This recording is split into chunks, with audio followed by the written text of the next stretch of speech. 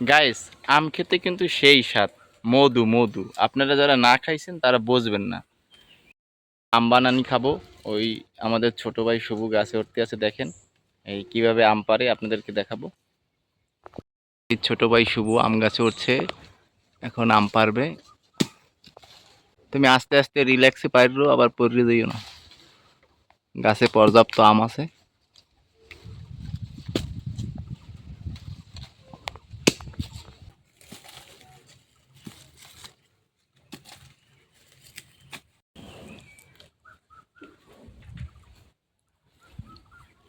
আম মাখা যে খাবে সে বারবার খেতে চাবে, সেই স্বাদ, অন্যরকম এক ফিলিংস। তুমি নিয়ে টেস্ট করে দেখো তো কেমন লাগে। হুম, ওইটা বলো সেই স্বাদ। ক্যামেরাম্যান তুমি একটু নাও। সেই স্বাদ। সেই সেই মাথা নষ্ট।